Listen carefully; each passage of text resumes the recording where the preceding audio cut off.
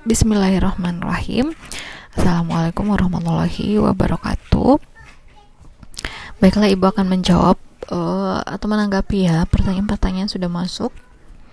Ada beberapa ini terkait dengan materi, baik itu glikolisis dan dekarboksilasi oksidatif.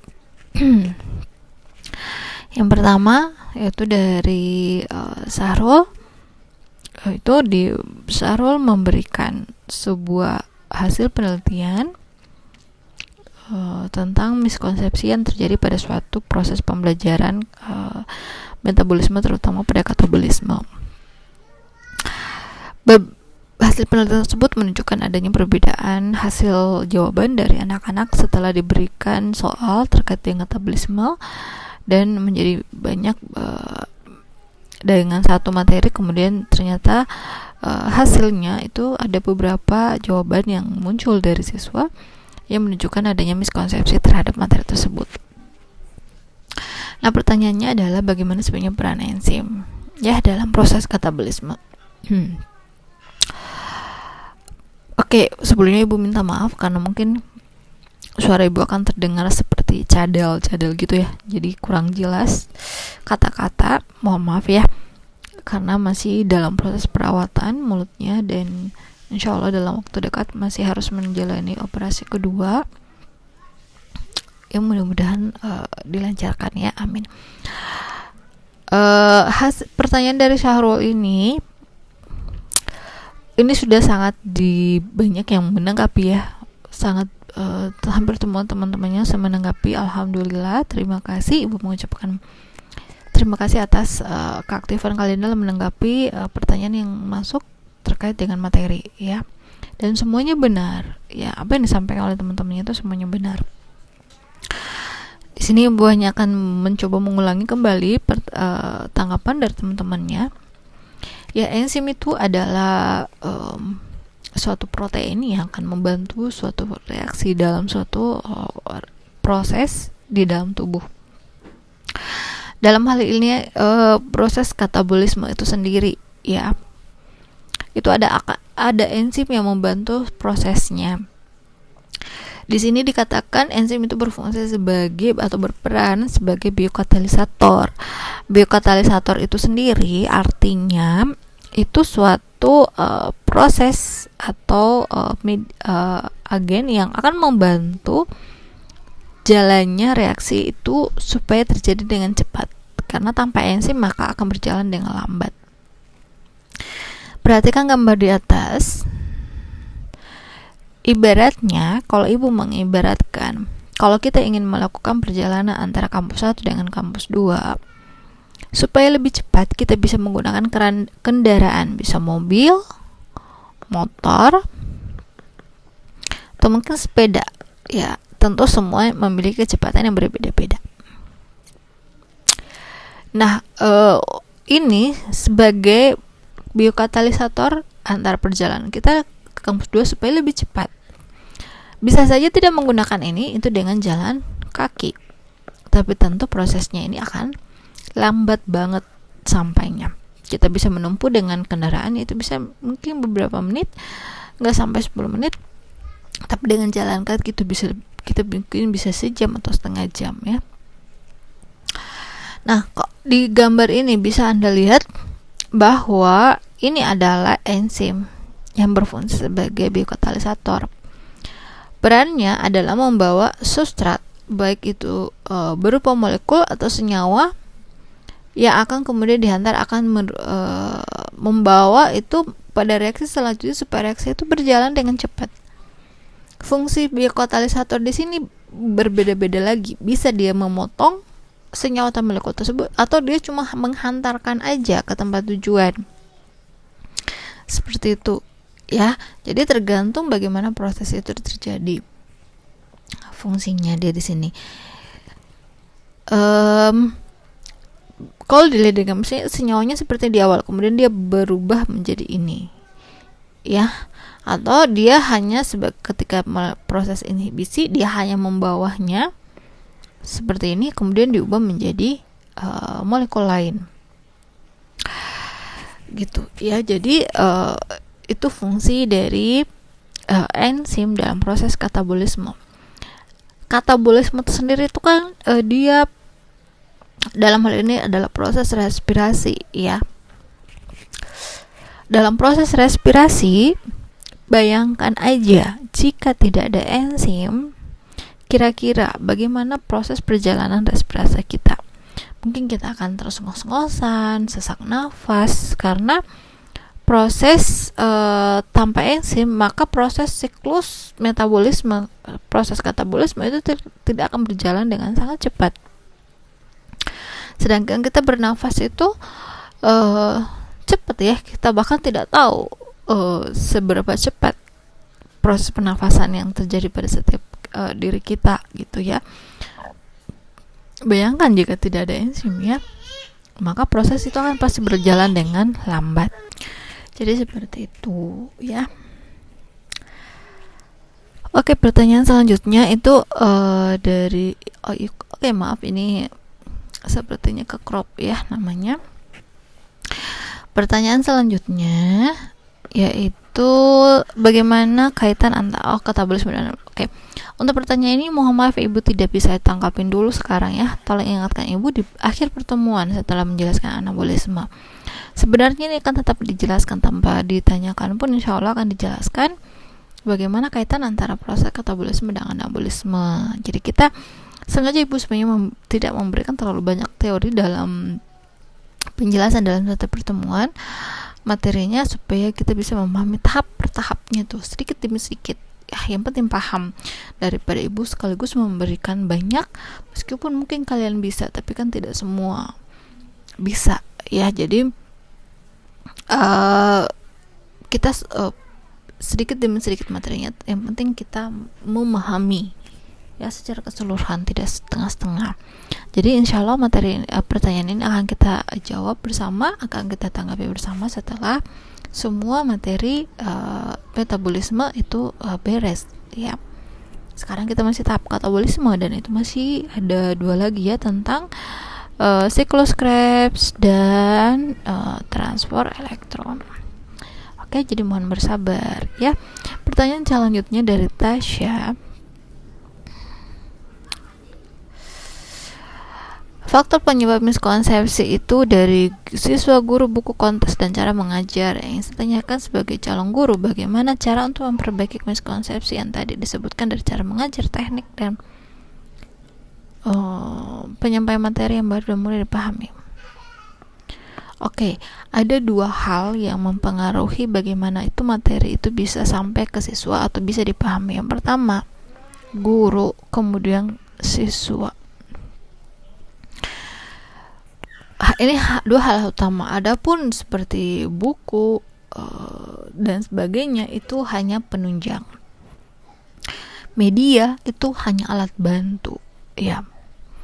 Yang titik pokok yang pertama adalah guru. Guru itu diwajibkan, ingat ini wajib ya, memahami konsep secara full, tidak setengah-setengah. Tidak hanya membaca satu buku, kemudian tidak hanya membaca satu artikel, tidak hanya membaca satu jurnal, tapi banyak, supaya wawasannya sangat luas gitu ya, karena begitu banyak pemahaman yang di luar sana. Kemudian kita tidak hanya membaca satu kali terus kita merasa bisa memahami. Baca berulang. Ingat ahli hadis dulu pada zaman Rasulullah dan zaman setelahnya para sahabat itu membaca berulang sampai ratusan kali baru bisa memahami satu jenis bacaan. Jadi tidak bisa kita mengatakan hanya ketika kita membaca terus kita bisa baru 1 kali terus kita memahami. Karena yakin dan percaya, coba Anda bisa buktikan, baca satu halaman yang berisi teks atau jurnal atau apa, paper atau apapun. Ketika Anda membaca 1 kali, maka Anda akan menangkap satu hal penting atau beberapa hal penting. Kemudian baca lagi dengan halaman yang sama, membaca yang kedua, maka Anda akan menangkap 2 hal yang berbeda dari ketika Anda membaca sebelumnya. Padahal sebelumnya juga Anda membaca yang sama, tetapi ternyata Anda menangkap hal yang sama. Ketiga seterusnya, maka Anda akan menemukan hal-hal yang berbeda Yang inti dari bacaan tersebut yang Anda tidak temukan ketika Anda bacaan-bacaan dari pertama atau dari sebelumnya. Jadi banyak membaca. Guru itu harus wawasannya harus luas. Kedua, menguasai teknik kelas. Teknik kelas atau manajemen kelas atau mengelola kelas. Seorang guru harus mampu mengelola kelas dengan sangat baik. Bagaimana caranya supaya siswa-siswa kita itu memperhatikan apa yang kita jelaskan, gitu ya. Jadi harus bisa membuat anak-anak yang tadinya ribut menjadi diem, kemudian dan sebagainya. Harus mampu menguasai teknik mengelola kelas. Kemudian yang terakhir harus memahami konsep model atau metode yang kita gunakan. Kita harus begitu banyak model yang bisa kita gunakan, tapi tidak semua model cocok dengan satu materi. Jadi kita harus menggunakan model tertentu atau metode tertentu yang kira-kira cocok dengan materi tersebut. Jadi tidak asal memilih metode ini aja lah, ini enak kayaknya. Nggak bisa. Kita harus menyesuaikan dengan materinya tersebut, menyesuaikan dengan waktunya dan sebagainya. Belum lagi dengan karakteristik siswanya juga harus kita lihat. Itu kan faktor penting pertama. Yang kedua adalah siswa itu sendiri, ya. Kita harus memastikan ketika sebelum belajar siswa itu siap. Kita harus sudah mengetahui karakternya, yang mana kira-kira anak ini aktif, pasif, bagaimana metode yang kita bisa terapkan kepada setiap siswa, karena karakter dalam siswa dalam satu kelas itu pasti berbeda-beda. Kemudian dari siswa itu sendiri, motivasinya seperti apa, minatnya belajar seperti apa, karena kita mungkin bisa mengingat kembali ketika kita menjadi siswa, guru kita mungkin sudah menjelaskan yang sangat jelas, ya. Tapi pada saat itu apakah kita mendengarkan dengan sangat baik? Apakah kita tidur? Apakah kita fokus? Apakah kita malah ngobrol sama teman? Atau kita sering melihat ke luar jendela saat guru kita menjelaskan, ya, karena ya siapa yang tahu di luar jendela itu mungkin ada hal yang jauh lebih menarik ketika daripada belajar saat itu. Jadi kedua faktor ini harus benar-benar memastikan kedua-duanya memahami konsep tersebut, baru kita bisa mengambil kesimpulan. Karena bisa saja dari hasil miskonsepsi hasil penelitian tersebut itu karena bisa melihat dari kondisi situasi dan kondisi siswa itu juga, gitu ya. Nah, teknik mengajar bisa Anda pelajari di mata kuliah yang lain seperti itu. Oke, selanjutnya adalah pertanyaan dari Wulan dan Wilda, ya. Oke, dari Wulan. Oke, Ibu hapus dulu yang ini. Reaksi transisi pada dekarboksilasi oksidatif. Oke, sudah dijelaskan juga sama temannya, ya. Reaksi transisi itu adalah reaksi persiapan. Jadi setelah proses glikolisis itu menghasilkan hasil akhir, kan? Nah, hasil akhirnya tidak bisa langsung digunakan pada siklus Krebs karena tahapannya itu dari glikolisis. Jadi tahapan katabolisme dari glikolisis, kemudian DO, kemudian siklus Krebs, kemudian transfer elektron. Nah, hasil dari glikolisis ini, hasil akhirnya itu tidak bisa langsung ke siklus Krebs, sehingga itu harus disiapkan bagaimana caranya supaya ini bisa digunakan di siklus Krebs. Makanya dikatakan dekarboksilasi oksidatif itu disebut dengan reaksi transisi atau reaksi persiapan atau tahapan persiapan sebelum memasuki siklus Krebs. Tempat pelaksanaannya pun bukan di mitokondria tetapi di intermembran mitokondria. Jadi lapisan membran atau pelindungnya itu di bagian dalam. Jadi sebelum masuk ini misalnya ini mitokondria, ini membrannya dari ada membran luar, membran dalam. Nah, dia di dalam membran dalam ini intermembran. Kemudian ini misalnya mitokondria, ya. Dia proses dekarboksilasi terjadi di sini di intermembran mitokondria. Jadi kemudian masuk ke siklus Krebs. Siklus Krebs ini prosesnya terjadi dalam mitokondria. Seperti itu, ya. Kemudian Wilda, pertanyaannya Wilda adalah, oke, ini hasil penelitian sama, ya, hampir sama semua hasil penelitian itu menunjukkan hasil yang sama. ada miskonsepsi ya. Kemudian hasil miskonsepsi itu sebenarnya apakah menyalahi konsep katabolisme? Sebenarnya tidak. Konsep utama dari katabolisme itu sama semuanya, hampir semuanya sama. Namun penerimaan siswa inilah yang berbeda ya. Entah itu siswa atau entah itu juga bisa dari gurunya, sehingga bisa salah dalam menjelaskan. Bagaimana pelurusan berbagai miskonsepsi, yaitu harus belajar, harus banyak membaca supaya benar-benar memahami konsep katabolisme ini. Jadi tahapan-tahapan ini sebenarnya akan mudah ketika kita pahami ya. Ibu juga kalau mengingat-ingat lagi pada masa belajar dulu SMA mungkin ya, saat menjelaskan materi ini sangat susah ya, karena ini dijelaskan di kimia. Kita di biologi ada tapi tidak terlalu dijelaskan secara detail, tapi di kimia ini harusnya dijelaskan secara detail. Materi ini kalau tidak dijelaskan dengan paham itu sangat membingungkan bagi orang yang passionnya tidak pada reaksi tentang kimia-kimia. Kemudian reaksi ini, misalnya glikolisis itu kan terdiri dari berbagai macam reaksi ya. Kalau melihat tahapannya itu panjang banget ya. Kalau kita tidak paham itu, maka itu kan sudah pusing duluan. Pada proses yang terjadi pada reaksi glikolisis saja, kalau kita tidak memperhatikan dengan cermat setiap tahapannya, maka akan menunjukkan penerimaan yang berbeda dalam setiap tahapan tersebut gitu. Jadi secara konsep itu sudah betul, tapi penerimaan ini yang kadang berbeda. Nah, itu bagaimana penerimaan itu, bagaimana cara itu tergantung bagaimana cara penjelasan konsepnya.